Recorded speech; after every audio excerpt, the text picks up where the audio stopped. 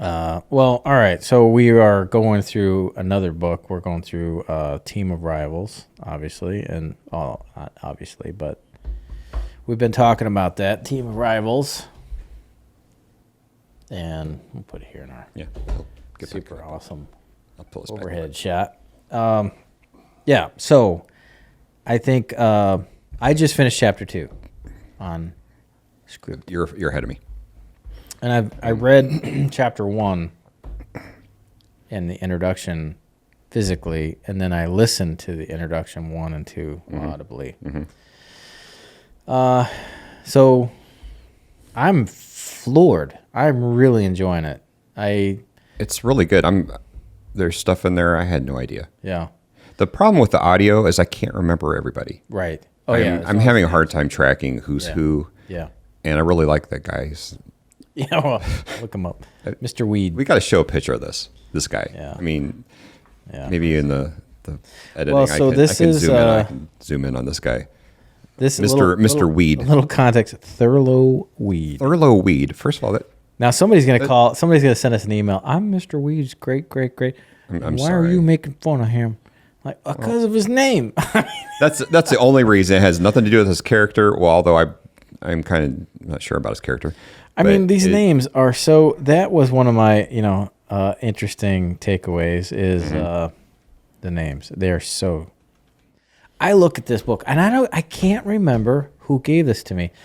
Well, so this has been sitting around for I'm going to say 6 months in my view. Cornucopia of books. Yeah. And, it's one of those books where you look at it and you're like, boy, I think smart people would read that. And you're like, in Latin. Yeah. And then you're like, I wish I could read that or something. Or I'm like, I want to. Me wish I read. Yeah. Ooh, look what Thug do. Have you seen? You know what I'm talking about? That's awesome. Oh man. I mean, you can't. It's not a good idea to try to describe Gary Larson Far Side cartoons, but and I'm gonna go on a tangent here for a sec. I like the way he draws mouths. Oh man. Like this is a little. Oh shoot, he's so funny. Why are we saying that?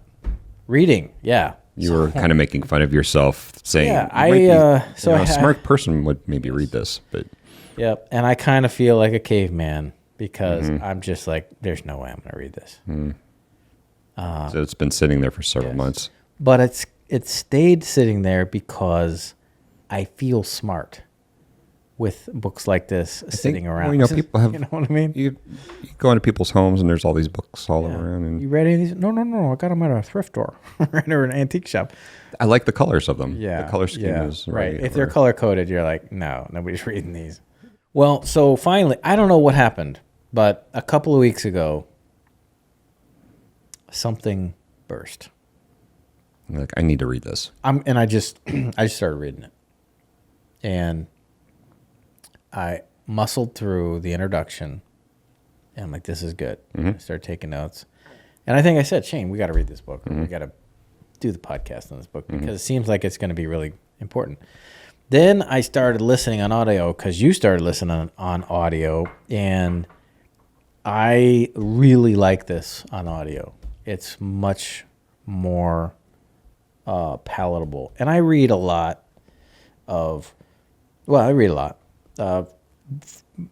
If I'm reading for fun, because I want to read, it's novels, good novels. Lord of the Rings is one of your desert island book. Yeah, the absolutely. whole thing, like The Hobbit, Lord of the Rings, Two Towers, Return of the King. So this book, I started reading it and listening on audio, loving it, and it's very interesting. I don't think I've ever read a significant book about Lincoln. I haven't. And I feel bad about that. Yeah, I haven't at all. Like I'm not a good That's patriot. why it's fascinating because there's a lot of background, down to the way everybody was dressing, and which is actually interesting. Represents, like portrays the character of each person. That's right. How they're presenting themselves to people outside. And it's fascinating. One thing that struck me so far, again, chapter 2, But and they are big chapters. I mean, they're like the gal that's reading. It's like an hour per chapter. It's long. It's pretty serious. Anyway, one of the big takeaways so far is that Lincoln, and I kind of didn't know this. I didn't know this. I kind of knew it, I guess. Was a really talented storyteller. That he loved to speak, to talk, to make people laugh. He was really good at telling jokes, really good at captivating people in pubs and in little parties and on the weekends in May. This guy, Lincoln, great storyteller, very good at getting into people's heads with a story.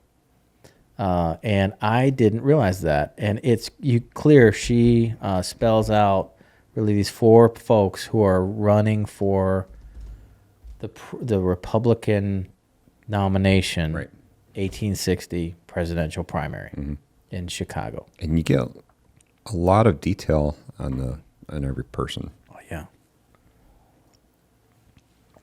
And they're very different. They're amazingly different. And Lincoln is remarkably different from the other 3. Now, the other 3 are different from each other, but one of the things that I was like, man, all these people had significant deaths, many significant deaths in their family. Not like Groundhog Day, like they had significant deaths kept coming back. But they had significant, what's his name? Chase, Salmon Chase, governor of Ohio. First wife dies when he's 25. Has a little kid that is then 5 years old, and then the kid dies of scarlet fever. Then he marries, so now he's 30. Remarries. He's off on some trip, and the guy is a kind of an egomaniac, but also an introvert. It's a weird mix.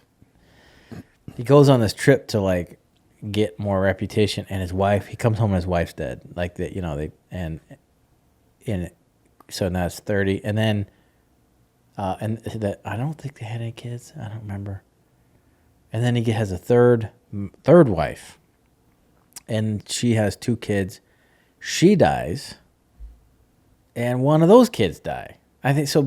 So he ends up with 2 kids that live. 3 wives and 2 kids that die. And it's like, what in the world?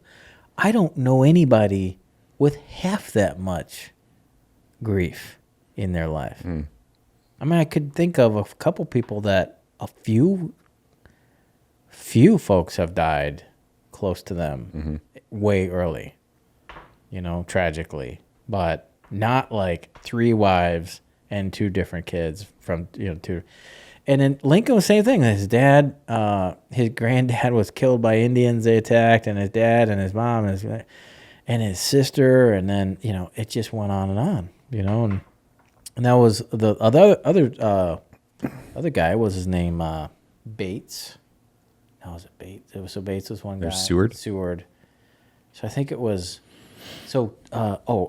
Chase, the Ohio governor, his dad dies when he's like 8 years old. And they were well-to-do, but then they just become totally broke. And then the same thing happens with Bates, where his dad died, and they have this big, huge family. His dad dies, and they all get dispersed, and they move around, and they were wealthy, but it just destroyed their whole kind of thing. And it's just, man, the disruption from death is everywhere in all 4 of these guys. And I don't know if that apparently is obviously more common for that day, but I was going to say the time period. Yeah. Mortality rate is way different than today. Way different. Yeah. So that's which guy had the daughter that he brought up and had her educated? That was Chase. Chase. That was the governor. And she helped a lot with running his campaign, and it was not kind of typical for a woman. So that was one of the daughters of one of those wives, and the other kid died from that wife, I think, if I remember right. And then one daughter from another wife survived as well. Yeah, so they're like Was younger. half sisters. Yes. Yeah. Yeah, very interesting. And also another thing, I just got to this point, end of chapter 2. Lincoln. So the other 3 guys had significant educations, significant early childhood kind of education. I sound like the United Way or something, right? But anyway, like from 5 to 15 or whatnot. Intentional education, schools, boarding schools, whatever. But Lincoln, he said something like, if I added up all of my schooling, I wouldn't even have gotten 1 year in. Like he just was super poor. They moved around a bunch, where they went from Kentucky to Indiana to Illinois as youngsters. And just was a hard scrabbled kind of dirt farmer kind of guy, kid. And his dad was super broke and couldn't figure it out. And his dad couldn't read. His stepmom could read, and I think taught him how to read and write. And then he was completely self-taught. On everything he learned was from books. So that was completely different from the other 3 guys. And loved it. I just loved how unique he was.